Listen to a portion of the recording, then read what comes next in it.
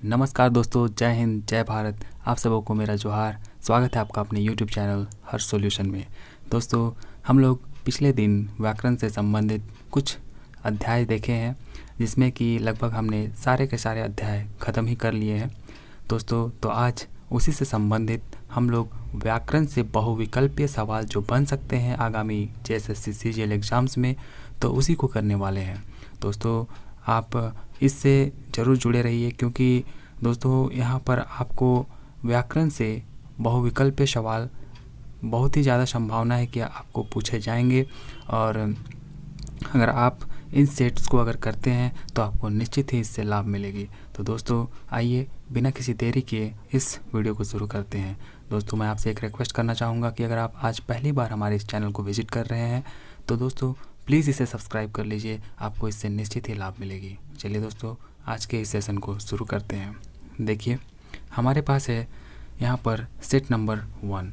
तो दोस्तों हम लोग सेट नंबर 1 में देखने वाले हैं कि व्याकरण से संबंधित किस तरीके से क्वेश्चंस हमें आगामी एग्ज़ाम्स में पूछे जाएंगे। तो आइए इसे करते हैं। देखिए, आपके लिए यहाँ पर पहला प्रश्न है कि व्याकरण जो है वो आपका केकर अध्ययन कर जानकारी देवेला। तो चलिए दोस्तों, आप इसको बताइए कि व्याकरण जो है आपका केकर अध्ययन कर जानकारी देवेला। बताइए दोस्तों, आप एक बार गेस कीजिए इसका उत्तर। तो दोस्तों आपको पता चल गया होगा कि जो इसका पहला का जो उत्तर होगा आपका भाषा कर जो है जानकारी देवेला। ठीक है, तो चलिए हम लोग अगले प्रश्न की ओर आगे बढ़ेंगे। देखिए, ध्वनि शब्द और वाक्य कर अध्ययन केकर माध्यम से होएला। तो दोस्तों बताइए, किताब, भाषा विज्ञान, व्याकरण या फिर तुलनात्मक भाषा शास्त्र। तो बताइए दोस्तों कि ध्वनि शब्द और वाक्य कर अध्ययन जो है केकर माध्यम से होएला। तो दोस्तों ये होता है व्याकरण के माध्यम से, चाहे वो हिंदी हो, इंग्लिश हो, नागपुरी हो, कोई भी हो। जो आपका ध्वनि शब्द और वाक्य का जो अध्ययन होता है वो आपका व्याकरण के ही माध्यम से होता है। ठीक है, देखिए अगला प्रश्न है, कौन भाषा कर उत्पत्ति कर बारे में विस्तार से बताया जाए, है ना, बताएला। तो यहाँ पर बोलता है दोस्तों, कौन भाषा कर उत्पत्ति कर बारे में जो है विस्तार से बताएला। तो क्या वो व्याकरण है, लिपि विज्ञान है, शब्दकोश या फिर भाषा विज्ञान। दोस्तों ये आपका होता है भाषा विज्ञान। यही जो है हमें किसी भी भाषा की उत्पत्ति के बारे में विस्तार से बताता है। आइए अगला प्रश्न देखते हैं। देखिए दोस्तों, अगला प्रश्न है हमारे पास, नागपुरी भाषा कर पहले इकाई इकर में से के मानल जाएला। तो नागपुरी भाषा कर जो पहले इकाई है तो इसमें से किसे माना जाता है, आप बताइए दोस्तों। तो इसका सही उत्तर हो जाएगा आपका, यहाँ पर देखिए, ये आपका बोली होगा, शब्द होगा, भाषा होगा या फिर देवल में कोनो नहीं। तो दोस्तों आप बताइए कि नागपुरी भाषा कर पहले इकाई जो है इकर में के मानल जाए। तो इसमें से दोस्तों दिया हुआ में से कोई भी नहीं है। ठीक है, तो इसका ऑप्शन नंबर डी सही हो जाएगा। आइए अगला प्रश्न देखिए, इसमें बोल रहा है कि अक्षर भाषा कर कौन इकाई जो है मानल जाएला। तो अक्षर भाषा का जो है दोस्तों कौन इकाई मानल जाता है। देखिए ऑप्शन नंबर 1 में आपको दिया गया है कि चौथा इकाई, तीसरा इकाई, दूसरा इकाई या फिर देवल में कोनो नहीं। तो इसका जो सही उत्तर है दोस्तों, इसका भी ऑप्शन नंबर डी हो जाएगा, देवल में कोनो नहीं। ठीक है, आइए अगला प्रश्न देखेंगे। देखिए अगला प्रश्न आपके लिए कह रहा है कि जे भाषा कर आपका, देखिए भाषा कर पहले रूप के का कहल जाएला। तो भाषा का जो सबसे पहला रूप होता है उसे क्या कहा जाता है, सांकेतिक भाषा, ध्वन्यात्मक भाषा, मौखिक भाषा या फिर लिखित भाषा। तो दोस्तों इसका सही उत्तर होगा आपका जो है आपका ऑप्शन नंबर बी, ध्वन्यात्मक भाषा हो जाएगा। किसी भी भाषा का जो पहला रूप होता है वो ध्वन्यात्मक भाषा होता है। ठीक है, देखिए कौन लिपि कर नामकरण भगवान ब्रह्मा कर नाम पर होए है। तो भगवान ब्रह्मा के नाम पर कौन से लिपि का जो है आपका नामकरण हुआ है, ये पूछ रहा है आपसे। तो ये आपका हुआ है दोस्तों चित्रलिपि या फिर सांकेतिक लिपि, अक्षर लिपि या फिर ध्वनि लिपि। तो जो आपका सांकेतिक लिपि होता है दोस्तों, ये आपका भगवान ब्रह्मा के नाम पर हुआ है, ठीक है, सांकेतिक लिपि का।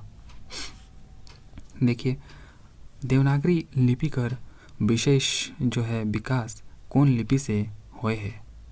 तो देवनागरी लिपि कर जो विकास हुए है दोस्तों, ये आपका हुआ है ऑप्शन नंबर डी, जो कि नागरी लिपि से हुआ है। यहाँ पर नागरी लिखा हुआ है दोस्तों, ये आपका देवनागरी लिपि का विकास जो है कौन लिपि से हुआ है।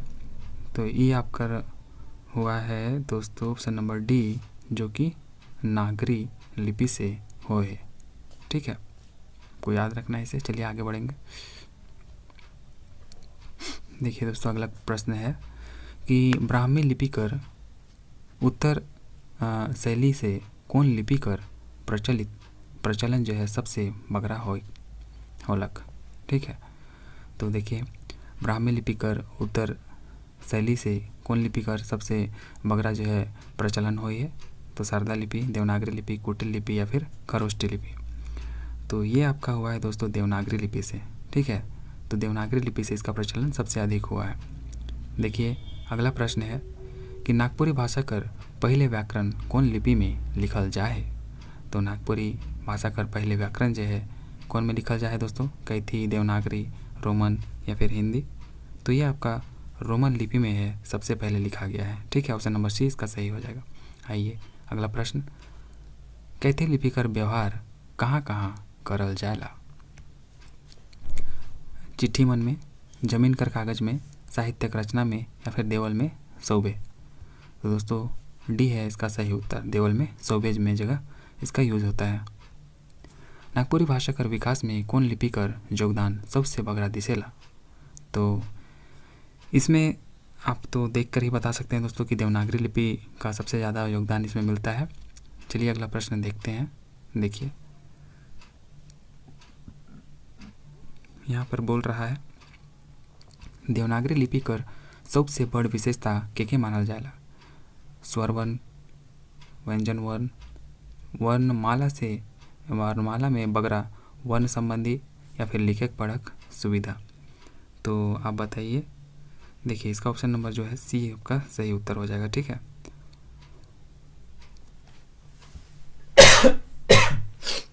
सॉरी दोस्तों, चलिए आगे बढ़ेंगे। देखिए यहाँ पर अगला प्रश्न बोलता है कि देवनागरी कर ह्रस्व स्वर में कै ठो वर्ण होएला जे नागपुरी लिखक में व्यवहार होएला। तो ये आपका एक ठो होता है, तीन ठो, दुई ठो या फिर चार ठो। तो आपका ये हो जाएगा दोस्तों तीन ठो, ठीक है। देवनागरी में ह्रस्व स्वर में कै ठो वर्ण हो जो नागपुरी लिखक में व्यवहार होएला, तो तीन ठो है, ठीक है। देखिए अगला प्रश्न है नागपुरी लिखक में कौन वर्ण का व्यवहार सबसे बगरा होएला। तो नागपुरी लिखने में सबसे जो ज़्यादा व्यवहार होता है दोस्तों, आपको पता होगा ऑप्शन नंबर ए इसका सही हो जाएगा, अ का यूज़ होता है, ठीक है। चलिए आगे देखेंगे हम लोग। देखिए प्रश्न 16वां हमारे पास है, ये नागपुरी लिखक में कौन दीर्घ स्वर कर व्यवहार नहीं होएला। तो दोस्तों आपको पता होगा कि इसमें ए और औ का यूज़ नहीं होता है, ठीक है, तो ये गलत हो जाएगा।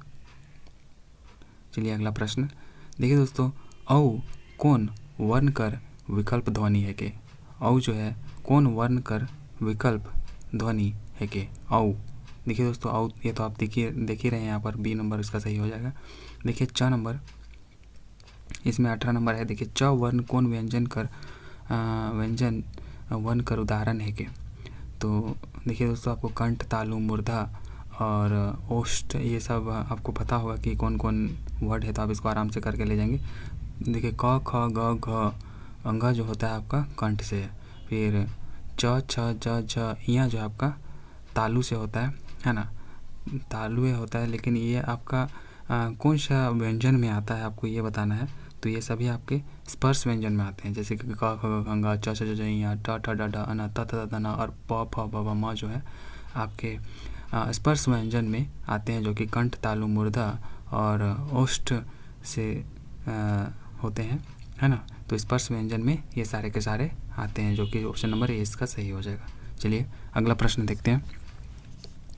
यहाँ पर देखिए, स्पर्श व्यंजन कर उदाहरण देवल में से कौन है के, स्पर्श व्यंजन कर उदाहरण जो है देवल में से कौन है के, ये पूछ रहा है।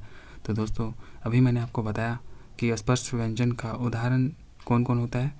देखिए तो यहाँ पर अगर हम लोग बात करें तो ऑप्शन नंबर यहाँ पर देखिए य, छ, ह या फिर प, तो यहाँ पर आपका ऑप्शन नंबर डी जो है ये सही हो जाएगा। ठीक है, चलिए अगला प्रश्न देखते हैं। देखिए, देवल में से कौन अल्प प्राण ध्वनि का उदाहरण है के, तो अल्प प्राण ध्वनि दोस्तों, अल्प प्राण एक होता है और एक तो महाप्राण होता है। तो अल्प प्राण में दोस्तों के जिसका हम लोग कम आवाज़ है, जैसे कि क, लेकिन ख में देखिए ख, ग, घ, अंग, तो ख ज़्यादा इसमें लग रहा है ख, लेकिन वही क बोल रहे हैं तो इसमें थोड़ा अल्प आवाज़ प्रतीत होता है। अब बोल के देखिएगा क और ख, तो ख में लगेगा कि वो ज़्यादा बाहर आ रहा है, मतलब उसकी आवाज़ एक ज़्यादा फॉर्म में बाहर आ रही है, लेकिन क बोलेंगे तो एक हल्का सा अंदर से थोड़ा ध्वनि कम आवाज़ में बाहर निकलती है। तो यहाँ पर आपसे पूछा गया दोस्तों कि इसमें जो है कौन सा अल्प प्राण ध्वनि का जो है उदाहरण है के, तो यहाँ पर जो है च जो है आपका अल्प प्राण ध्वनि का उदाहरण है। ठीक है, बाकी महाप्राण। चलिए आगे देखते हैं। पटिया कौन तरह कर संज्ञा में आवेला, तो पटिया, देखिए दोस्तों पटिया बोलने से क्या समझ में आ रहा है आपको, बताइए। पटिया आप जैसे ही बोल रहे हैं तो एक पटिया जाति का बोध नहीं हो रहा है कि पटिया में चटाई उटाई कुछ भी आप ले लीजिए, चाहे वो बाँस का बना पटिया हो या फिर एक आता है तार के पत्ते का पटिया बनाया जाता है, फिर आप ऐसा ही कोई चटाई लिए हैं तो उसको भी आप बोल सकते हैं। तो इसमें एक जातिवाचक का बोध हो रहा है, तो ये आपका ऑप्शन नंबर बी सही हो जाएगा। ठीक है, देखिए अगला प्रश्न है, कांसा के कौन किस्म कर संज्ञा में रखा जाला। देखिए दोस्तों कांसा क्या है, मटेरियल है, मटेरियल नाउन आपको पता है ना, तो मटेरियल नाउन को क्या बोलते हैं, द्रव्यवाचक संज्ञा, तो इसमें भी सेम ही होगा, तो ये आपका ऑप्शन नंबर बी सही हो जाएगा। देखिए उसी तरीके से रंगा की अगर बात करें तो कौन तरह का संज्ञा का उदाहरण है कि, तो रंगा दोस्तों ये भी आपका एक मटेरियल नाउन जो कि द्रव्यवाचक संज्ञा का रूप होता है। देखिए उसी तरीके से गांज की अगर बात करें हम लोग, गांज एक दोस्तों आपको पता होगा, गांज माने एक समुदाय की बात हो रही है, गांज सभा पंचायत, तो ये एक समुदायवाचक संज्ञा का एग्जाम्पल हो जाएगा। चलिए हम लोग अगला प्रश्न देखेंगे। देखिए थोड़ा मैं स्पीड में कर रहा हूँ दोस्तों, क्योंकि प्रश्नों की संख्या थोड़ी ज़्यादा है तो हमें थोड़ी तेज़ गति से चलनी होगी। आप प्रयास कीजिए दोस्तों कि आप इसका आंसर खुद ही इसको वीडियो को पॉज करके देखिए, अगर आपको आता है तो ठीक है, नहीं तो मैं आपको बता ही रहा हूँ, आप इसे ध्यान में रखिएगा। चलिए देखिए हम लोग क्वेश्चन नंबर 25 देखते हैं। गज से पतई गिरलक, है ना, वाक्य में कै ठो संज्ञा है, तो दोस्तों गज से पतई गिरलक, देखिए गज एक संज्ञा है, पतई एक संज्ञा है, तो दो ठो संज्ञा हो गया आपका गज और पतई। ठीक है तो यहाँ पर तो हमने दो संज्ञा देखा दोस्तों, तो इसमें दो ठो हो जाएगा। ठीक है, संज्ञा किसको कहते हैं आपको तो पता ही होगा दोस्तों, संज्ञा किसी व्यक्ति जाति मतलब किसी व्यक्ति नाम या फिर जगह, ये सबको संज्ञा कहा जाता है। ठीक है, तो देखिए रात पहर ध्रुव तारा चमकत रहे, वाक्य में ध्रुव तारा कौन तरह का संज्ञा है, तो दोस्तों ध्रुव तारा आप बताइए, ध्रुव तारा तो एक ही है, इससे तो कोई जाति या फिर समूह का तो बोध हो नहीं रहा है, या फिर आप बताइए क्या इसमें मटेरियल नाउन या फिर द्रव्यवाचक संज्ञा का बोध हो रहा है क्या। 26 का देखिए आप ऑप्शन नंबर यहाँ पर ए को देखिएगा तो व्यक्तिवाचक संज्ञा, ये एक प्रॉपर ध्रुव तारा के बारे में बोला जा रहा है, तो इसीलिए इसका ऑप्शन नंबर ए सही हो जाएगा जो कि व्यक्तिवाचक है। ठीक है, देखिए फटफटिया से मोए नी जामू, वाक्य में कौन तरह का संज्ञा कर व्यवहार हो है, तो दोस्तों फटफटिया से मोए नी जामू, है ना। तो क्या दोस्तों फटफटिया बोलने से क्या, एक फटफटिया जैसे ही आप बोलते हैं तो स्कूटर होता है ना, इसका मतलब, तो स्कूटर में तो कोई भी स्कूटर आ गया तो वो एक जातिवाचक हो जाएगा, है ना, वो जातिवाचक संज्ञा का उदाहरण है। देखिए डहरू कुमनी रोइप के गेदला मछली मारलक, वाक्य में कै ठो संज्ञा कर व्यवहार हो है। तो देखिए दोस्तों, इसमें तो आपका एक तो डहरू हो गया आपका, फिर गिदला मछली हो गया और एक ठो कुमनी हो गया। तो यहाँ पर 3 ठो संज्ञा का व्यवहार हुआ है। ठीक है, चलिए आगे देखते हैं। देखिए दोस्तों, पूजा कर फूल लानबे नी करलक, पूजा कर फूल लानबे नी करलक प्रस्तुत वाक्य में कै ठो संज्ञा है। तो इसमें आपको देखना है दोस्तों, देखिए आप वाक्य को अच्छे से देखिए, आपको पता चल जाएगा संज्ञा कितना ठो है। इसमें 4 ठो है, 3 ठो है, 2 ठो या फिर 1 ठो। तो इसमें है दोस्तों 3 ठो संज्ञा। देखिए पूजा कर फूल, फर फूल है ना, फर फूल, और लानबे नी करलक, लानबे नी करलक, पूजा कर फल फूल, देखिए एक ठो फर हो गया, एक ठो फूल हो गया, और लानबे नी करलक। दोस्तों यहाँ पर तो 2 ही दिख रहा है, लेकिन देखिए दोस्तों आप फिर से देखिए, हमसे कोई गलती हो रही है क्या? पूजा फर फूल लानबे नी करलक, हाँ तो 3 ठो है दोस्तों, 3 ठो। तो इसका सही हो जाएगा ऑप्शन नंबर बी। देखिए डाइन से अब डरायक बात नखे, डाइन से अब डरायक बात नखे ऐसा बोल रहा है। तो वाक्य में डाइन कौन संज्ञा है? तो डाइन से दोस्तों एक तो इसका डाइन जाति आप देख सकते हैं ना, तो डाइन जातिवाचक संज्ञा का एक एग्जाम्पल है। ऐसा बोला जाता है गाँव में, डाइन बिसाही है ना। तो देखिए विशेषण से जुड़ा शब्द माना कौन शब्द जो है कसौटी में आवे ना। तो विशेषण से जुड़ा हुआ शब्द मन से जो दोस्तों कौन शब्द जो है कसौटी में आवे ना, यह आपको बताना है। तो अविकारी, सार्थक, विकारी या फिर निरर्थक। विशेषण में दोस्तों आपको हमेशा याद रखना है कि ये विकारी शब्द आते हैं। ठीक है, देखिए अगला यहाँ पर है, कौन कौन व्याकरणिक खंड कर शब्द रूप के विकारी शब्द रूप में रखे ना। तो कौन कौन व्याकरणिक खंड कर शब्द रूप के विकारी शब्द रूप में रखे ना दोस्तों? तो संज्ञा, सर्वनाम, क्रिया, विशेषण या फिर देवल सौभे। तो दोस्तों ये देवल सौभे जो है इस सब को रखा जाता है। ठीक है, चलिए हम लोग अगला प्रश्न देखेंगे। देखिए दोस्तों अगला प्रश्न जो है हमारे पास ये आपके सामने है। ये देखिए, सूरज कौन तरह कर शब्द रूप कर जे है आपका उदाहरण है कि। तो सूरज, सूरज दोस्तों तत्सम है, तद्भव है, देशज है या फिर विदेशज है। सूरज तो दोस्तों आपको सूर्य से आया है, तो सूर्य तत्सम है तो सूरज बन गया, जो कि हम लोग इसको सूर्य को ही सूरज में तब्दील करके बोलते हैं। तो ये आपका तद्भव हो जाएगा। ठीक है, तो ये आपका 33 का बी हो जाएगा। तत्सम किसे बोलते हैं दोस्तों? तत्सम आपको मैं बता दूं कि तत्सम जो होता है संस्कृत के जो शब्द होते हैं उसको तत्सम शब्द कहा जाता है। लेकिन संस्कृत के शब्द को ही अगर हम लोग मान लीजिए, जो सूर्य है हम लोग संस्कृत में सूर्य बोलते हैं, लेकिन उसका हम लोग चलन सूरज के रूप में करते हैं आए दिन अपने भाषा में। तो जो संस्कृत शब्द का रूप जो बन गया है, जिसको कि हम लोग संस्कृत में ना कह करके हम लोग हिंदी में जैसे कि सूर्य को सूरज कहते हैं, तो वो तद्भव होते हैं। और देशज शब्द जो हमारे अपने देश में उपजे हैं, और विदेशज शब्द की बात करें तो जो बाहर से आए हैं तो उसको विदेशज कहते हैं। ठीक है, वहीं देखिए बोतल कौन तरह कर शब्द रूप में आवेला। तो बोतल, बोतल दोस्तों बोतल जो है आपको बताइए तत्सम है, तद्भव है, देशज है या विदेशज है। तो ये तो दोस्तों बोतल बाहर से आया हुआ है, विदेशज है ना। देखिए पुत्र कौन रूप शब्द रूप में रखा जाएगा। पुत्र, पुत्र देखिए दोस्तों, पुत्र तो आपका एकदम प्योर तत्सम ही लग रहा है मेरे को। तो यहाँ पर अगर हम लोग देखें तो ये बिल्कुल तत्सम ही है। ठीक है, देखिए मेघ कौन तरह का शब्द रूप में, मेघ भी दोस्तों देखिए तत्सम है, ये तो प्योर संस्कृत वर्ड है। उसी तरीके से तोके, तोके कौन सर्वनाम का सर्वनामिक रूप जो है कि तोके। देखिए दोस्तों तोके है ना, तोके क्या ये अनिश्चयवाचक सर्वनाम है, संबंधवाचक है या फिर मध्यम पुरुषवाचक या फिर देवल में कोनो नहीं। तो ये है आपका दोस्तों मध्यम पुरुषवाचक सर्वनाम। ठीक है, देखिए अगला हम लोग देखते हैं, जेकर से कोनो सुपट ठाव वस्तु चाहे आदमी कर बोध नहीं होवेला उसन सर्वनाम कौन हके। जेकर से कोनो सुपट ठाव वस्तु चाहे आदमी कर बोध नहीं होवेला उसन सर्वनाम के हके, ये आपको पूछ रहा है। संबंधवाचक है, अनिश्चयवाचक है, पुरुषवाचक या फिर निजवाचक। तो ये है आपका दोस्तों अनिश्चयवाचक। ठीक है, चलिए अगला प्रश्न देखते हैं। देखिए केखो नहायक मन करत है तो घाघ में नहाय लेवा, ऐसा बोल रहा है। प्रस्तुत वाक्य में के खो कौन सर्वनाम कर सर्वनामिक रूप है के? सवाल बोधक, संबंध बोधक, अनिश्चयवाचक या फिर देवल में कोनो नहीं। तो ये है आपका दोस्तों अनिश्चयवाचक। बोल रहा है कि के खो, अब पता नहीं कि किसको बोल रहा है, मतलब अनिश्चितता दिख रही है यहाँ पर, है ना। तो इसीलिए ये अनिश्चयवाचक का एग्जाम्पल हो जाएगा। अगला देखिए, नागपुरी भाषा और संस्कृति में सामान्य आदर देवे के लिए कौन सार्वजनिक रूप कर व्यवहार होएला? तोय, आपने, आपने, अपने, आपने या फिर रौरे।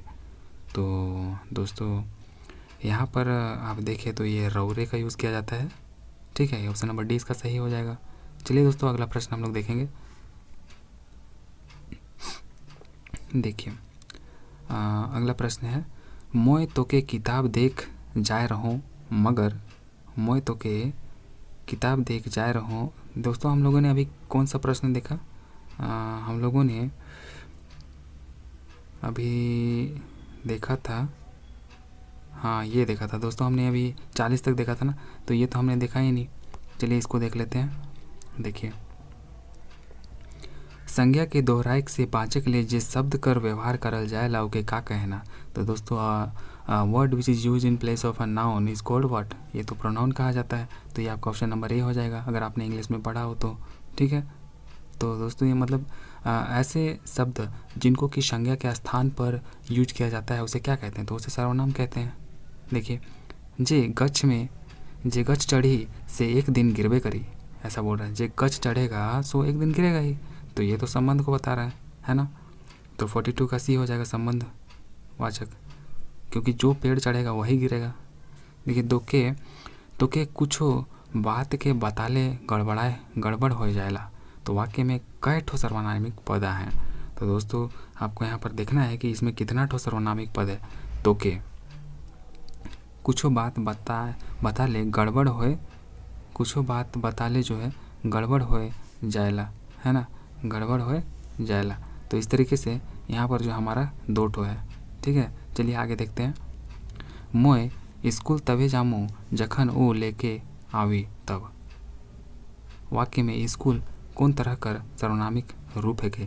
तो स्कूल बोलने से दोस्तों, एक स्कूल बोलने से आपको क्या लग रहा है? क्या एक निजवाचक है, निश्चयवाचक है, अनिश्चयवाचक या फिर देवल में कोनो नहीं? स्कूल जैसे ही हम लोग बोल रहे हैं दोस्तों, तो आपको तो पता चल रहा है एक संपूर्ण स्कूल जाति, तो यहाँ पर तो देवल में कोनो नहीं हो जाएगा। तो देखिए अगला, कनेकारी बदरी उठलक और एक झिमका पानी दे देलक। प्रस्तुत वाक्य में कौन सार्वनामिक पद है के?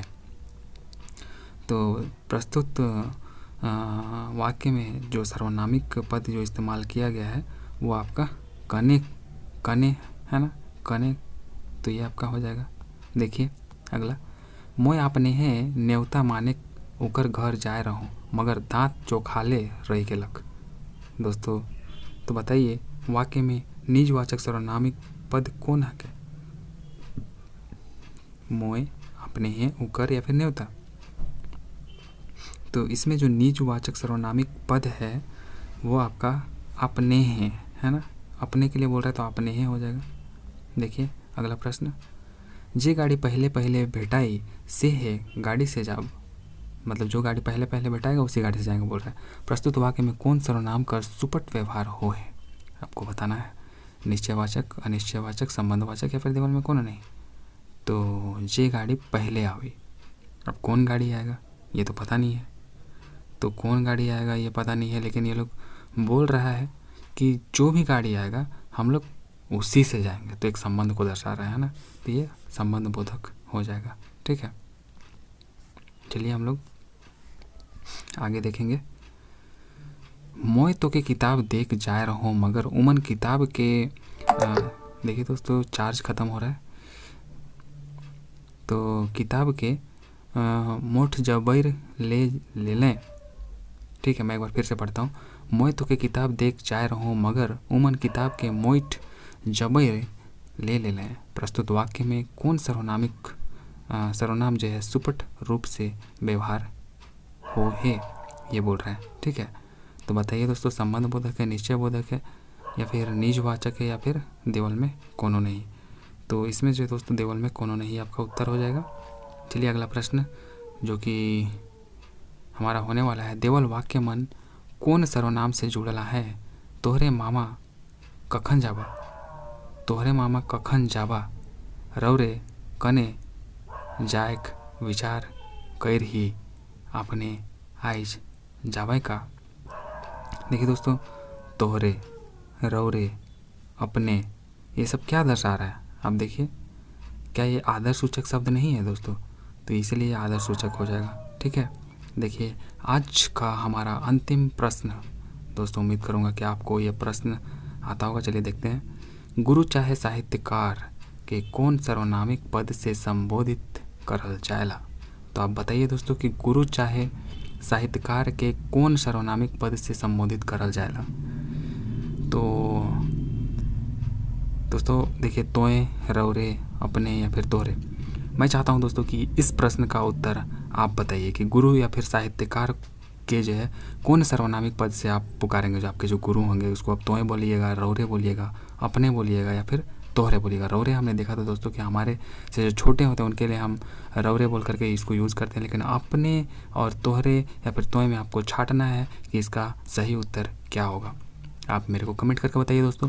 मैं इस प्रश्न का उत्तर अगले अगर जिस किसी का भी आंसर, चलिए दोस्तों मैं अगले वीडियो में क्या बताऊंगा, जिस किसी का भी आंसर सही होगा मैं उसको हार्ट दे दूंगा, जिससे आपको ये पता चल जाएगा कि आपका उत्तर सही है। ठीक है, तो ये थी दोस्तों आज की पूरी वीडियो। उम्मीद करता हूँ आपको कुछ ना कुछ सीखने को मिला होगा और वीडियो में ज़रूर मज़ा आया होगा। अगर आपको वीडियो पसंद आई है तो इसे लाइक करें और अपने दोस्तों में ज़रूर शेयर कर दें दोस्तों। चलिए मिलते हैं अगले वीडियो में, तब तक के लिए टेक केयर। जय हिंद, जय भारत।